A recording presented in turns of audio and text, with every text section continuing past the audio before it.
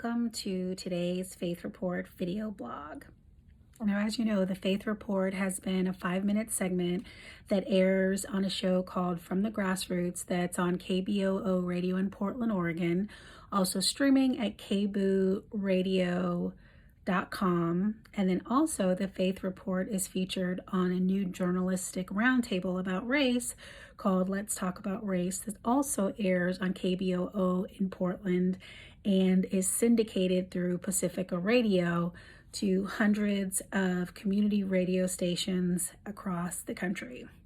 So we've thought about adding a new daily or weekly video for the Faith Report just to kind of keep it fresh. So that's one thing that we are experimenting with now. So be patient with us, but just to take some of the segments that we had on the Faith Report where we didn't have enough time on the radio to expand on it, is to bring some of those topics to the faithreport.net so that we can expand on them a little bit more.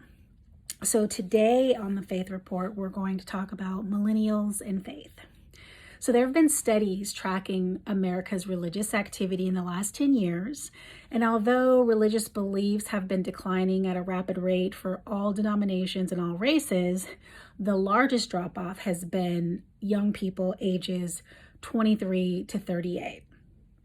And of course, people drift away. You go to Sunday school, you go to church up into high school, and a lot of times people drift away from the church during college. But typically what's happening now is that the millennials after college, graduating, working, having families, they're not going back to their religion. So I've heard pastors cite these statistics in many sermons as if, the millennials killed religion, like they say millennials killed breakfast or restaurants or things like that. Kind of blaming young people, saying that they're at fault because they don't like going to church. But on the contrary, it's mostly a self-implication of the previous generation dropping the ball and not courting the next generation when it comes to these issues of faith, to make it a day-to-day lifestyle, to make it relevant to their lives. Attention pastors and older people that are in church. These millennials are your children and your grandchildren. Psalm 78 verses 4-6 says, "We will not hide them from their children, but tell to the coming generation the glorious deeds of the Lord and this might and the wonders that he has done." So when surveyed, adults state 3 reasons for not attending church. 1, they don't feel accepted. 2, they don't feel that church is relevant to their lives. And 3, they don't feel like what's important to them is important to the church. And so in the next couple videos with the Faith Report, I'll unpack each of these. So my story is that I was saved as an adult. I didn't grow up in the church. My mom kept me away from it because of the sexual abuse that she knew about and the hypocrisy of the church. She just didn't feel like it was a safe place for me, that if I had gone to church as a young person, the church would actually kill whatever faithful spirit that I had. And so I didn't go to church, although I'd sneak off and go to church with friends. I had friends that were Jehovah's Witnesses. I had friends that were Jewish. I had friends who were Muslim. So I got a really good experience having these conversations growing up about religion and faith, obviously having people in my family that were Christian and friends that were Christian as well. So I did feel when I started going to church in my late 20s and 30s, when I was single, that I felt judged, right? I mean, I wasn't a mom, I wasn't married. I was kind of coming to church by myself on my own because I didn't have anybody to come with. And it seemed like the church valued families over single people. Like families had more to offer than a single young person. Even though single people have more time to volunteer and typically might have a little bit more discretionary income to help support the church before you start having kids and putting your money into your family. So, and my feelings have been validated now that I do have a family. And when we visit churches, it's like they roll out the red carpet for you because there's this sense in the church that if you bring in a young family, that you have them until at least the kids go to college, that they're going to participate in this great youth program that you have, and you'll be able to draw the families in that way. They basically fall all over you, and you get your kids until the children's praise programs, and Nowadays, they have all kinds of things to try to attract young people. When I was little and you went to church, you sat in the sanctuary, you couldn't chew gum, you couldn't drink anything, and you couldn't say anything. You had to sit still. Just to raise your hand and go to the bathroom they're like, hold it, you know. Now these kids have their own designated programs and their own designated areas in the church. They have their own worship room, they have their own classrooms.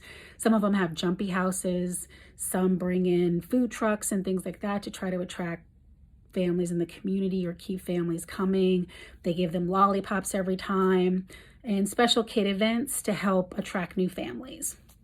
Which may sound like I'm criticizing. I think it's great. I just wish that the church would put that type of effort into other types of recruitment for single people, for divorced people, for married couples that don't have any kids. I think they might have a similar experience at church as well. So it's no secret that the old guard at a church can be very, very judgmental. There are ways that they've always done it, and they always want to continue to do it that way. And no one likes to be judged by the way they look, the way they dress, the way they have tattoos. So when millennials say that they don't feel accepted when they go to church, one of those could be that they don't feel accepted because of the way that they look. People have tattoos today. It has a completely different connotation than it did back in the day. So old church folk may think that tattoos are a sign of divisiveness or rebellion, but today they're commonplace with young people and part of their identity. So this sort of arbitrary dress code at church, if you loosen that and just make it a more comfortable place to be yourself, I think visitors and people who attend may feel more at ease and feel like they're not being judged so much by the way that they look. The other part of it is about being accepted at the church as a young person. We're talking about millennials again, is that there's a sort of age segregation that happens in the church, right? So young adults in some of the articles I've researched have cited that the segregation of young people and older people, so there's like an adult worship service and there's a young adult, sort of programs and things like that right off the bat. So you don't really belong to the big group. It's like being banned to the religious kiddie table, so to speak. So Romans 15:7 says, therefore, welcome one another as Christ has welcomed you for the glory of God. Now, some churches see the writing on the wall with this whole issue of losing an entire generation of Christians or folks who could become Christians and be more mature Christians. And they're trying to make some changes. So Grove United Methodist Church in Minnesota has asked current members, their current membership, which skews pretty old, mostly over 60 years old, to worship somewhere else while they undergo a reboot with a new mission and a new target of young people and young families. The church is working on developing a new culture to attract a fresh membership to keep from shutting down completely. You don't attract young people in the church. People pass away, their families are not attending and not supporting the church, then the church ultimately will die. So the older parishioners are welcome to return, but when they do return, they're going to return to a very different church. And I actually went to their website a couple months ago. And when you go to their website, there's actually a survey that they're asking people in the community, what do you need from a church? What type of services are relevant for you? What kind of services do you need to support you and your family? The church leaders are looking to build a more accepting, less judgmental culture, not a culture devoid of scripture. You don't have to be judgmental or have these really super narrow thoughts about people to be biblically accurate, right? So it's strong in the scripture, but it's an environment that celebrates and embodies the scripture of love and exposing all people to the good news of the gospel, no matter what age they are. So as millennials, do some research. Sometimes the church that you grew up in might not necessarily be the church of your choice. Take a look at the leadership. Does the leadership page, the About Us page in leadership, do they represent what this world looks like? I don't know how we're going to go out for the Great Commission and share the gospel with people where it's just men there sharing the gospel, or there aren't any ethnicities represented. It's an entire white sort of leadership. How are they going to share the gospel and engage and find a common ground with people of other races?